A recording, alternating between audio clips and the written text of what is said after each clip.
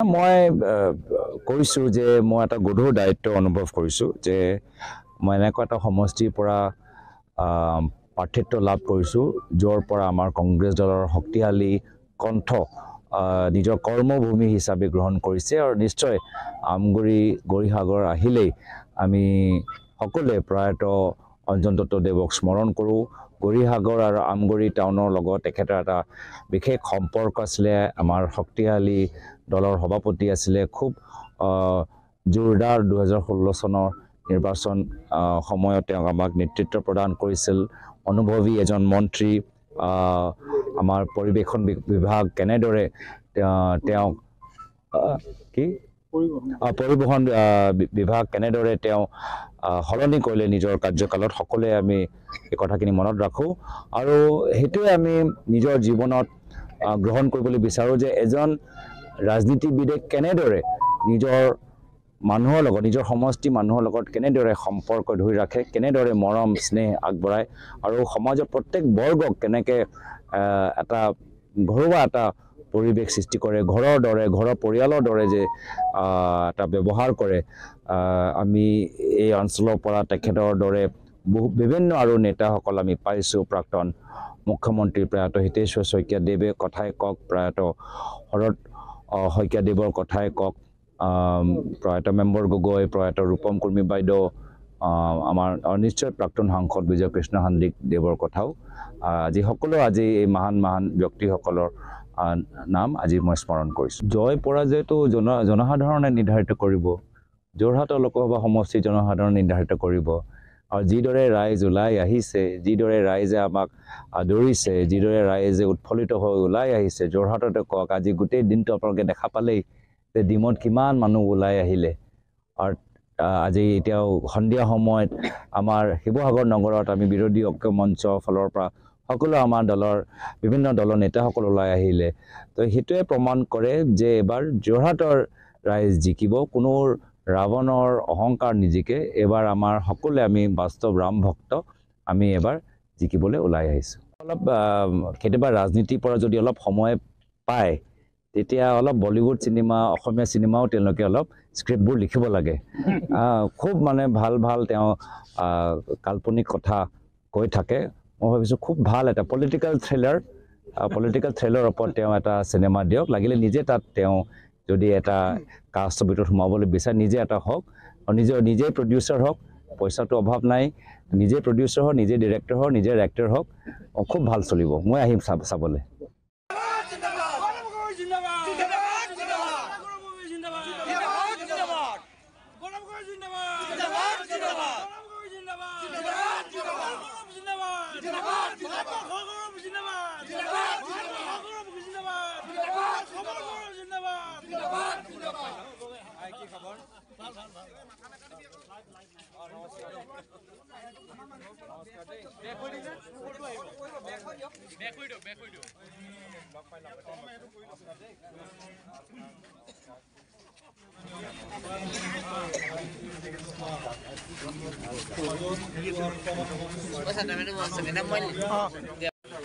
মঞ্জিৰ আহা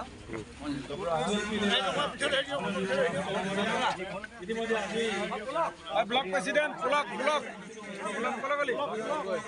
গগৈ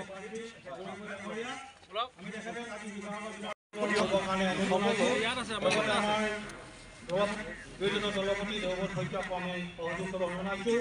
লগতে আমাৰ জিলা কংগ্ৰেছৰ মাননীয় সভাপতি মঞ্জু গগৈ দেৱকো আমি সহযোগ কৰিব কাৰণে অনুৰোধ জনাইছোঁ।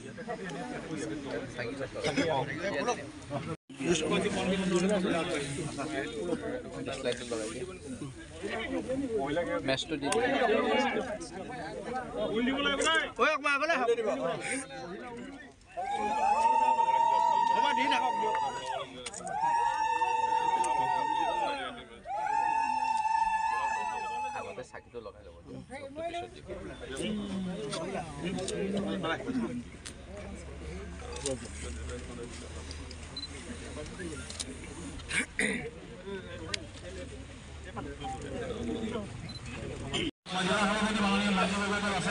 আমি তেখেতক আগবাঢ়ি যাবৰ কাৰণে জনাইছোঁ। আমাৰ সহায় আছে, আমি তেখেতক আমি আগবাঢ়ি যাবৰ বাবে জনাইছোঁ।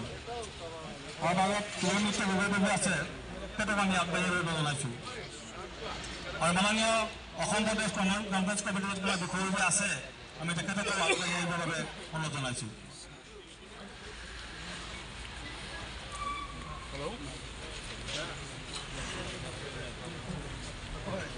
ইয়াৰ পাছতে আমি প্ৰায় আনন্দত সমাধি কাষলৈ যাবলৈ অনুৰোধ জনাইছোঁ সমাধি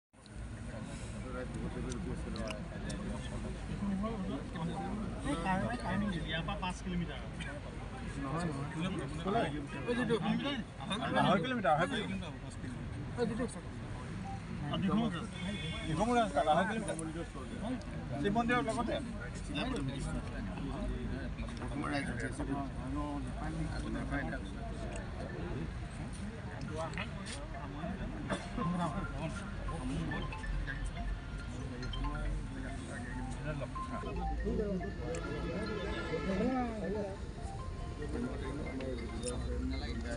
Malu agak tu apa?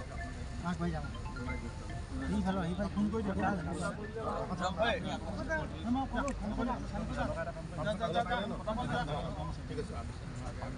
Nah.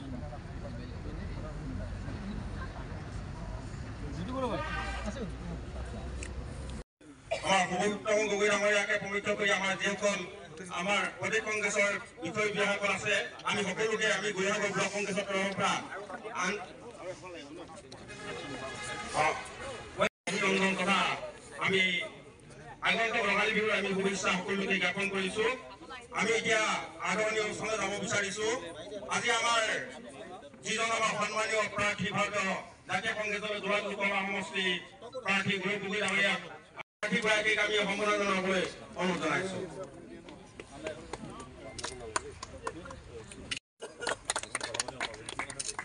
ইয়াৰ পিছতে আমাৰ ছেক্ৰেটাৰী